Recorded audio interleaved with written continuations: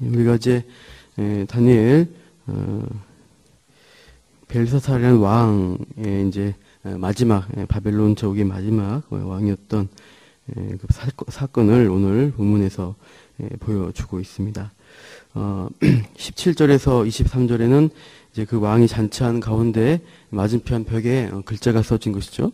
그 문자 해석을 이제 다니엘이 이제 하게 되는데, 그 전에 17절에서 23절에는 그 글자가 쓰이게 된 원인이 뭐냐, 왕의 잘못이다, 왕에게 문제가 있는 그것을 다니엘이 책망을 합니다. 그래서 담대하게 책망한 내용 나오고요. 24절에서 28절은 그 벽에 쓰인 문자를 해석을 하고 있습니다. 그리고 29절과 31절에는 이제 그 결과로 다니엘의 이제 포상과 또 그 문자의 예언이 실현되는 것을 간략하게 보여주고 있습니다. 벨사살 왕은 이제 1절에 보면 귀족 1000명을 또 함께 해서 술을 마시고 즐기는 그러한 잔치를 벌였습니다. 근데 특별히 그 잔치 가운데서 예루살렘 성전에서 가져온 성전의 그 그릇들, 그런 어떤 재구들, 그런 것들을 다 가져와서 그것으로 술을 마시고 즐기고 또 온갖 우상신들을 찬양했던 것입니다. 그래서 5절에 보시면 그 가운데서 이제 5절에 손가락이 나타난 것이에요. 그 손가락은 아마 이제 원어상 봤을 때 손가락들이라 되어 있는데 아마 손목 아래에 있는 손의 모양이 나타났던 것 같습니다. 손 모양만 나타나서 그 회칠한 하얀 벽에 이제 글자가 쓰여지는 거예요. 그래서 갑자기 그 손을 왕이 먼저 보게 되고 크게 놀라게 됩니다. 우리 다니엘서 6절, 7절, 5장 6절, 7절을 한번 읽어보겠습니다. 5장 6절, 7절 시작. 이에 왕의 즐기던 얼굴빛이 변하고 그 생각이 번민하여 넓적다리 마디가 녹는 듯하고 그의 무릎이 서로 부딪힌지라. 왕이 크게 소리질러 술객과 갈대아 술사와 점쟁이를 불러오게 하고 바리 지하들에게 말하되 누구를 막론하고 이 글자를 읽고 그 해석을 내게 보이면 자주색 옷을 입히고 금사슬을 그의 목에 걸어 주리니 그를 나라의 셋째 통치자로 삼으리라 하니라. 왕이 너무나 놀라서 온몸이 이제 덜덜 떨리는 것이죠. 갑자기 어떤 하여간 뭔가 이상한 기이한 현상 앞에 왕은 몹시 두려워하게 되고 저 쓰인 글자가 이제 벽에 남아 있었던 것입니다. 그 글자를 해석할 사람들을 이제 찾는 것이고 그것을 이제 해석하는 사람에게 세 가지 포상을 내리겠다라고 하는 것이죠. 자주색 옷을 입히겠다, 금사슬을 목에 걸어주겠다, 세 번째 나라의 통치자로 삼겠다라고 말하고 있습니다. 자주색 옷이란 것은 그 당시 이제 자주색 옷감은 왕족, 높은 귀족만 입는 옷이었습니다. 이 자주색 염료는 굉장히 그때 극히 희귀한 염료였습니다. 이것은 이제 배경 잠깐 말씀드리면 가나안 그 두로와 시돈이 있는 그 지중해, 이스라엘의 그 서편 바다 쪽이죠. 그 지중해 인변에 그 바닷가에 있는 뿔고동에 의해서 나는 염료입니다. 그래서 그 껍질을 이제 막 그 고동에 의해서 정말 소량의 자줏빛 염료를 채취해서 모아서 이제 그것으로 옷을 염색을 했던 거죠. 그래서 아주 희귀하기 때문에 귀족만, 고위 귀족과 왕족만 했던 옷이었던 것이죠. 그 옷을 입힐 수 있게 해주겠다. 그리고 금사슬도 높은 부유한 사람만 할 수 있는 거였고요. 이제 세 번째 통치자로 삼겠다는 것도 말씀하고 있죠. 여기서 우리가 벨사살 왕, 우리가에 대한 배경 설명을 들어야 되는데, 벨사살 왕의 실제 아버지는 나보니더스라는 사람입니다. 우리가 18절에 보시면 다니엘이 왕에 붙인 느부갓네살이라고 지칭을 하고 있고, 또 22절에는 벨사살 왕이 그 느부갓네살의 왕 아들이다라고 얘기하고 있습니다. 그러나 실제로는 손자뻘이라고 할 수가 있습니다. 느부갓네살 다음 왕은 아까 말했던 나보니더스입니다. 실제 아들은 아니고 아마 귀족이었던 것 같은데 바벨론의 그 어떤 귀족의 어떤 추대를 받고 또 아마도 느부갓네살 왕의 딸과 결혼했던 것 같아요. 그래서 이 사람이 다음 왕으로 세워졌는데 이 왕이 이제 정치에는 관심이 없었던 것 같습니다. 그래서 왕도에 있지 않고 다른 도시로 가서 있었던 거예요. 그래서 대신 그 아들였던 벨사살을 섭정 왕으로 세워서 바벨론을 정치적으로 이제 통치하도록 했던 것입니다. 두 번째 통치자가 이 벨사살 왕이었던 거예요. 실제 통치자는 이제 나보딘더스죠. 그래서 이 벨사살은 자기를 이어서 왕이 될 자, 또 왕의 권력을 줄 자로 셋째에서 말하는 것처럼 표상으로 세 번째 통치자로 삼겠다라고 그런 어떤 일종의 공약을 걸었던 것입니다. 그래서 해석을 하지 못하죠. 사람들이 못하니까 이제 10절에 보시면 왕비라고 되어 있는데 아마도 이것은 이 벨사살 왕의 어머니라고 할 수 있습니다. 그래서 어머니 되는 이 사람이 와서 보니까 선대에 느부갓네살 왕 때 해석을 잘했던 다니엘을 이제 청거를 하고 있습니다. 그래서 그 다니엘을 불러오게 됩니다. 다니엘을 불러오게 될 때 또 이렇게 이 다니엘에 대해서 13절을 보시면 이렇게 벨사살 왕이 다니엘을 말하고 있습니다. 우리 13절을 함께 읽어보시죠. 시작. 이에 다니엘이 부름을 받아 왕이 앞에 나오매 왕이 다니엘에게 말하되 내가 나의 부왕이 유다에서 사로잡아온 유다 자손 중에 그 다니엘이냐. 너는 포로였던 어떻게 보면 노예로 잡혀왔던 그 다니엘이냐라고 다니엘을 굉장히 의도적으로 무시하는 듯한 그 말을 출신을 다시 한번 얘기합니다. 다니엘은 선대 왕 때 굉장히 높은 관직에 있었던 사람입니다. 유명했던 사람입니다. 그러나 지금 벨사살 왕 때는 아마 은퇴했던 것 같고 나이가 상당히 많았을 거예요.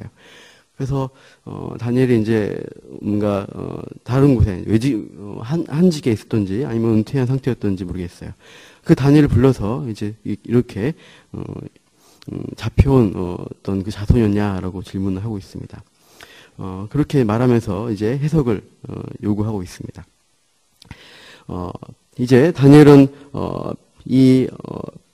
느부갓네살 왕이 이 벨사살 왕의 교만한 그 말투와 태도에 대해서 먼저 지적을 이제 하게 되는 것이죠. 18절부터 21절에 보시면 느부갓네살 왕이 겪은 사건을 설명을 해주고 있습니다. 벨사살 왕도 그 사건을 알았지만 다시 한번 상기를 시키는 것이라고 할 수 있습니다. 그래서 다니엘은 느부갓네살 왕에게 하나님이 주신 권능을 이야기를 합니다. 어떤 정도의 권능이었냐? 19절 보시면 임의로란 단어가 상당히 많이 나오죠. 사람들이 모든 백성들이 앞에 떨는데 어떤 권세가 있었기 때문에 그랬냐? 그는 임의로 죽이고 임의로 살리고 임의로 높이고 임의로 낮추는 권세가 있는 어떤 절대 권력을 가진 제왕이었다. 그때 그 느부갓네살 왕의 그 권력을 이렇게 설명합니다. 그러나 문제는 뭐였냐면 20절입니다. 20절. 함께 읽어보시죠. 20절 시작. 그가 마음이 높아지며 뜻이 완악하여 교만을 행함으로 그의 왕위가 패한 바 되며 그의 영광을 빼앗기고 너무나 강력한 권력을 가지고 마음대로 할 수 있기 때문에 마음이 높아지게 됩니다.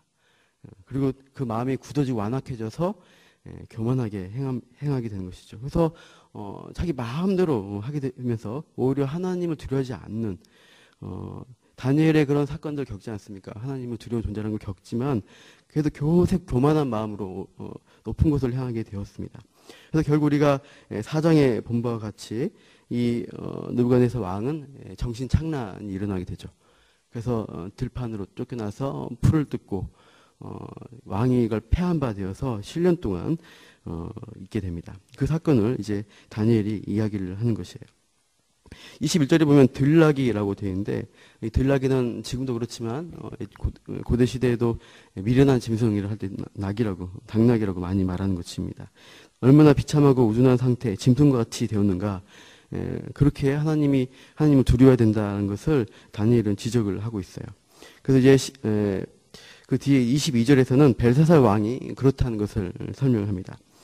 22절 보시면 그의 아들이 되어서도 이것을 다 알고도 아직도 마음을 낮추지 아니한다라고 합니다. 벨사살 왕은 그 느부갓네살 왕이 했던 과오를 잘못을 반복을 하고 있습니다.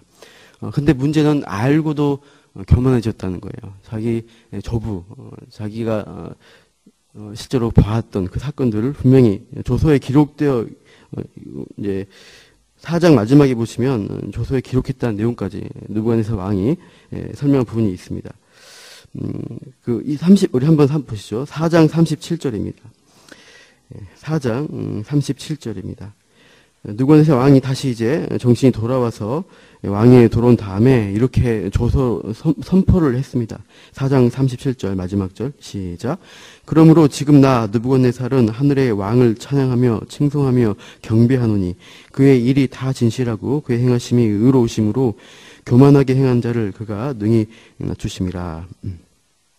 예, 이렇게 조서를 선포할 정도로 그것은 이제 널리 알려질 수 있는 사건이었죠.